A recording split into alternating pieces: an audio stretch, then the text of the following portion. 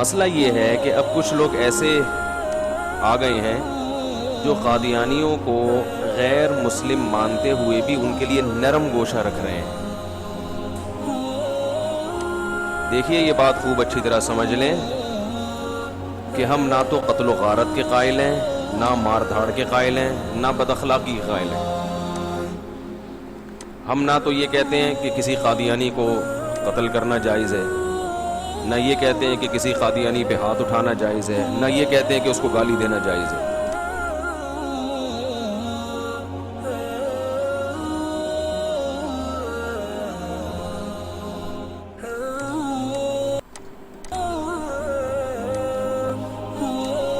تو بدھسٹ کی کیٹیگری میں تو فال نہیں کرتے. اب دوسرا مسئلہ ہو گیا، میں نے کہا کافر کی دو من قسمیں ہیں، کافر اور مرتد. مرتد کی کیٹیگری میں وہ قادیانی تو فال کر سکتے تھے جو شروع میں مسلمان سے قادیانی ہوئے. میں آپ کو 20ویں صدی کے آغاز کی بات کروں. لیکن 1973 میں جب قادیانیوں کو کافر ڈکلیئر کیا گیا اور ان کو ہم نے دین اسلام سے نکال کے ایز اے کفریہ فرقہ ڈکلیئر کر دیا. اب اگر وہ مرتد ہیں تو پاکستان کے آئین میں شک ہوتی کہ یہ جہاں جہاں پائے جائیں قتل کیے جائیں. ایسا تو نہیں ہوا، ان کو کافر ڈکلیئر کر کے اسلام سے نکال دیا گیا. اب ان کا سٹیٹس آج کے جو بائی برتھ قادیانی ہیں، کیا وہ مرتد ہیں یا کافروں کی اولاد ہے؟ کافروں کی اولاد. میں آپ کو سٹیپ بائی لے کے آ رہا ہوں. لہذا آج کے قادیانی کیا ہوئے؟ کافر. یہ تو ڈکلیئر ہوا، مرتد والی کیٹیگری سے تو باہر نکلے. اب کافر ہیں تو کون سے کافر؟ کیا وہ اہل کتاب کافر ہیں یا بت پرست کافر؟ بت پرست تو نہیں ہے. اچھا اب اہل کتاب پہ آ جائیں. اہل کتاب جو آپ کے نبی کو جھوٹا مانتے ہیں، نعوذ باللہ، اور جو ان کی کتابیں جو تورات اور انجیل ہیں ان کو ٹیمپرڈ فارم میں مانتے ہیں، ان کا سٹیٹس یہ ہے، ان کی عورتوں کے ساتھ نکاح، ان کا ذبیحہ بھی حلال ہے. اب ذرا قادیانیوں کی طرف آ جائیں. قادیانی آپ کے نبی کو جھوٹا نہیں مانتے، وہ ان کو نبی مانتے ہیں. اس کے بعد انہوں نے ایک ڈھکوسلے پہ مبنی جھوٹی نبوت کلیم کر لی ہے. یہ ایک چیز ان کو یہود و نصارہ سے بہتر کر دیتی ہے. قادیانی قرآن کو مانتے ہیں. اب رہا عمل کرنے کی بات تو وہ بریلوی دیوبندی اہل حدیث شیعہ ماشاءاللہ جس طرح کا عمل اس کے اوپر کر رہے ہیں وہ بھی آپ کو پتہ ہے. نٹی گریٹیز میں جائیں تو ان میں بھی کہیں کہیں خرابی موجود ہے. جبکہ یہود و نصارہ قرآن کو سرے سے اللہ کی کتاب ہی نہیں مانتے. یہ جو دو بڑی چیزیں ہیں کہ نبی علیہ السلام کو ماننا اور قرآن کو ماننا، یہ چیزیں انہیں یہود و نصارہ اہل کتاب سے کیا بہتر نہیں کر دیتی ہیں؟ ان کا انکار کرتا ہے تو اس پہ اسلام جو احکام جاری کرے گا وہ خالص اور اصلی کافروں والے احکام جاری نہیں ہوں گے، بلکہ ان پہ کون سے احکام جاری ہوں گے؟ مرتدین والے احکام جاری ہوں گے. اب قادیانی یا تو یہ سرے سے کہتے کہ ہم مسلمان ہی نہیں ہیں. جب یہ اپنے آپ کو مسلمان ہی نہ مانیں، کسی اور ملت سے اپنا تعلق جوڑیں، تو تب تو وہ ظاہر ہے کہ وہ مسلمان نہیں ہیں، وہ ایک اور کیٹیگری میں ان کو شامل کیا جائے. جب وہ اپنے آپ کو مسلمان ہونے کا کلیم اور دعویٰ کرتے ہیں اور اپنے آپ کو احمدی مسلمان کہتے ہیں، تو اب ان پر احکام مرتدین کے جاری ہوں گے. یہ اسلام کے غدار اور اسلام کے باغی سمجھے جائیں گے. ان کے احکام عیسائیوں اور یہودیوں والے احکام نہیں ہوں گے. دیکھیں نا، ایک ملک میں کوئی بندہ غدار پیدا ہو جائے، ملک میں کوئی بندہ باغی کھڑا ہو جائے تو سارے کہتے ہیں یہ ملک کا باغی ہے، ملک کا غدار ہے، اور اس کو وہ حقوق نہیں دیے جاتے جو ایک عام شہری کے حقوق ہوتے ہیں. جب ملک کے غدار کو عام شہری کے حقوق نہیں دیے جا سکتے تو اسلام کے باغی اور غدار کو بھی کبھی ایک مسلم کے حقوق نہیں دیے جا سکتے. اور باقی جو دیگر نان مسلمز اور جو دیگر غیر مسلم ہیں ان کے حقوق بھی ایک مرتد کو، باغی اور غدار کو نہیں دیے جا سکتے. اور پھر اگر قادیانی یہ کہیں کہ ہمیں وہ حقوق دیے جائیں اور ہم اسلام کا نام بھی استعمال کریں اور اسلام کے جو شعار ہیں ان کو استعمال بھی کریں، ہمیں اختیار دیا جانا چاہیے، تو یہ بالکل ان کا دعویٰ بالکل درست نہیں ہے. مثال کے طور پہ سمجھیں کہ ایک فرم تھی، ایک کمپنی تھی. ایک فرم، ایک کمپنی کا ایک لوگو تھا، ایک خاص ٹریڈ مارک تھا. اس فرم میں، اس کمپنی میں کوئی چند بندے کام کرتے تھے. ان بندوں میں سے 2 یا 3 بندے نکلے اور انہوں نے کوئی الگ ایک فرم یا کمپنی بنا لی. اب وہ جو لوگ اس فرم اور کمپنی سے نکل کے الگ فرم یا کمپنی بناتے ہیں، تو آیا ان لوگوں کو جنہوں نے اپنی الگ سے فرم بنا لی ہے،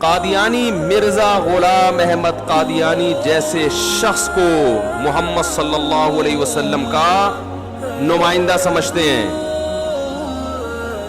اور نسبت اپنی کس طرف کرتے ہیں؟ اسلام کی طرف. اسلام اس نسبت کو برداشت نہیں کرتا کہ کسی جھوٹے آدمی کو 15ویں صدی میں پیدا ہونے والے کسی انگریز کے ایجنٹ کو منسوب کس کی طرف کیا جائے؟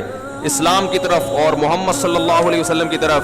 ہم محمد صلی اللہ علیہ وسلم کے دامن کو داغدار ہونے نہیں دے سکتے. یہودی یا عیسائی اپنی نسبت اسلام کی طرف نہیں کرتے, اپنی نسبت محمد صلی اللہ علیہ وسلم کی طرف نہیں کرتے. آج قادیانی اپنا رشتہ اسلام سے ختم کر دے, ہم اسے گلے لگانے کے لیے تیار ہیں. وہ کہہ دے کہ میں مسلم نہیں ہوں, میں جو کچھ کر رہا ہوں یہ قرآن کی تعلیمات نہیں ہے, میرا اپنا ایک مذہب ہے. ٹھیک ہے, ہم مانیں گے. آپ اپنے آپ کو ہم کافر بھی نہ کہو, غیر مسلم کہہ دو. نہیں یاری بات, ظاہر ہے کافر تھوڑی اپنے آپ کو کافر کہے گا, وہ تو ہم کہیں گے نا اس کو.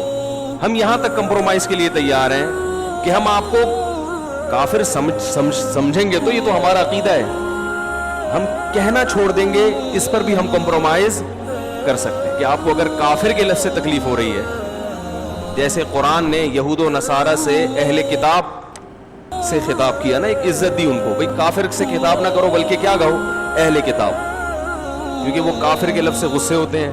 تو اللہ نے کہا یا اہل الکتاب تعالوا الی کلمۃ, اے اہل کتاب آؤ ایک ایسی بات کی طرف جو ہمارے تمہارے درمیان مشترک ہے. تو ایک اچھے انداز سے خطاب کیا ہے. تو ہم بھی اس پہ آ جائیں گے, بھائی کافر نہیں کہیں گے, ہم غیر مسلم کہہ دیں گے. آپ کا اسلام سے, کیونکہ آپ یہودی کو غیر مسلم کہو اس پہ اس کو تکلیف نہیں ہوگی, وہ کہے گا کہ میں نے کب کہا ہے کہ میں مسلم ہوں. کسی چرسی, ہیروئن چی, بھنگی, چور, اچکا وہ آپ کو اپنی طرف منسوب نہ کرے, پھر آپ اسے گلے لگانے کے لیے تیار ہیں. لیکن وہ آپ کی طرف نسبت کر رہا ہے, تو یہ آپ کے نسب میں کیا کر رہا ہے؟ بولو بھائی, تہمت لگا رہا ہے. کہو گے ایک تو چلو کوئی شہزادہ ہوتا, اور وہ بھی میں غلط چیز کو تھوڑی قبول کروں گا. مرزا غلام احمد جھوٹا, کذاب, جس کی کتابوں سے ثابت ہوتا ہے وہ کذاب ہے, اس کو اٹھا کے کس کے کھاتے میں ڈال دیا؟ محمد صلی اللہ علیہ وسلم جیسے پیغمبر جن کو اللہ نے سید الانبیاء بنایا, تمام پیغمبروں کا سردار بنایا. یہ ختم نبوت پہ ڈاکہ اتنا بڑا جرم, اور پھر آپ کہہ رہے ہیں کہ میں کیا ہوں؟ مسلم ہوں, میں محمد صلی اللہ علیہ وسلم کا ذلی نبی ہوں, میں محمد صلی اللہ علیہ وسلم کا نائب ہوں. نبی صلی اللہ علیہ وسلم ہمارے درمیان موجود ہوتے, کیا برداشت کرتے؟ اور نہیں کیا آپ نے. مسیلمہ کذاب کا دیکھو کیا حال کیا ہے. مسیلمہ کذاب کا صحابہ کرام نے کیا حال کیا تھا, کتنے صحابہ قتل ہوئے, بڑے بڑے حفاظ شہید ہو گئے. کہ ہم ایک, حالانکہ وہ اپنے آپ کو نبی کا نائب نہیں کہتا تھا مسیلمہ کذاب, وہ اپنے آپ کو مستقل نبی کہتا تھا. اس کا جرم مرزا غلام احمد قادیانی کے جرم سے ہلکا تھا, لیکن صحابہ نے اس کو گلے سے اور اس کے پیروکاروں کو گلے سے نہیں لگایا. مرزا کا جرم مسیلمہ کذاب کے جرم سے بڑھ کر, اور قادیانیوں کا جرم بھی ان لوگوں کے جرم سے بڑھ کر جو مسیلمہ کذاب کو نبی مانتے تھے, کیونکہ انہوں نے ایک جھوٹے نبی کو مانا اور کھاتے میں کس کے ڈال دیا؟ محمد صلی اللہ علیہ وسلم. تو اس لیے ہم قادیانیوں کے معاملے میں نرم گوشہ, بولو بھائی, نہیں رکھتے. ہاں لڑائی کے قائل نہیں ہیں ہم, مار دھاڑ کے قائل نہیں, اس سے ملک میں فساد ہوتا ہے, حاصل کچھ نہیں ہوتا. آپ اپنا نظریہ اٹھا کے تھوپ نہیں سکتے کسی کے اوپر.